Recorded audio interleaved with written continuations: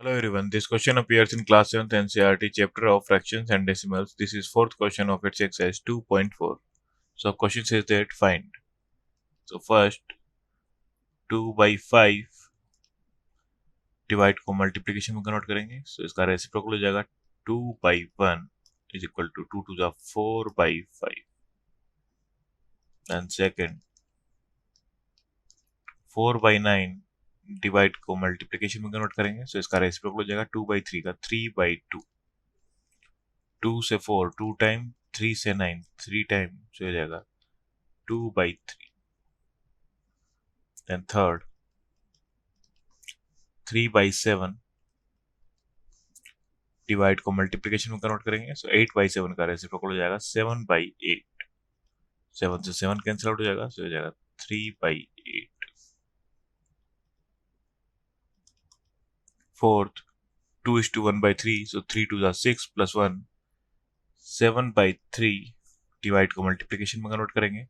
सो 3 by 5 का reciprocal हो जाएगा 5 by 3. 7 5s are 35 by 3 3s are 9. Then fifth part is 2 3s are 6 plus 1. 7 by 2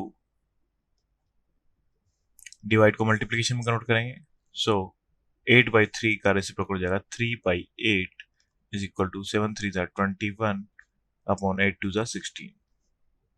Then sixth part is 2 by 5 divide को multiplication में convert करेंगे.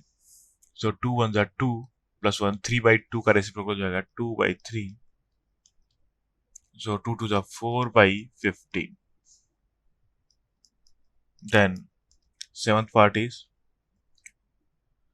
5 3s are 15 plus 1. 16 by 5 divide by 3 1s are 3 plus 2. 5 by 3 is equal to 16 by 5. इसे multiplication convert कर देंगे. सो इसका reciprocal हो जाएगा 5 by 3 का 3 by 5. 16 3s are